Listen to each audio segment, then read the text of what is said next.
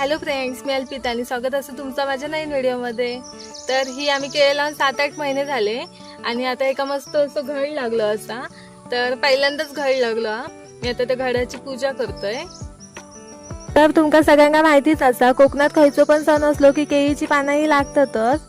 आणि आम्ही बरेच वर्ष झाली केळीची रोपा लावायचो, पण ती रोपा थोडे दिवस जगायची आणि मग अचानक मरूनच जायत. तर खयचो पण सण असलो ना की आमका शेजाऱ्यांकडनं केळीची पानं आणूची लागत. आणि जेव्हापासून आम्ही ह्या केळीचं झाड लावलं ना, तर तेव्हापासून आमका केळीची पानं आणूक जाऊचा लागत नाही. आणि ह्या केळीनं आमका खूप लवकर केळाचं घड पण दिल्यान. आणि माझी आजी असं सांगायची की आपण एखाद्या झाडाक माणसासारखं जीव लावलो ना, तर त्या झाड आपल्याक भरभरून देता.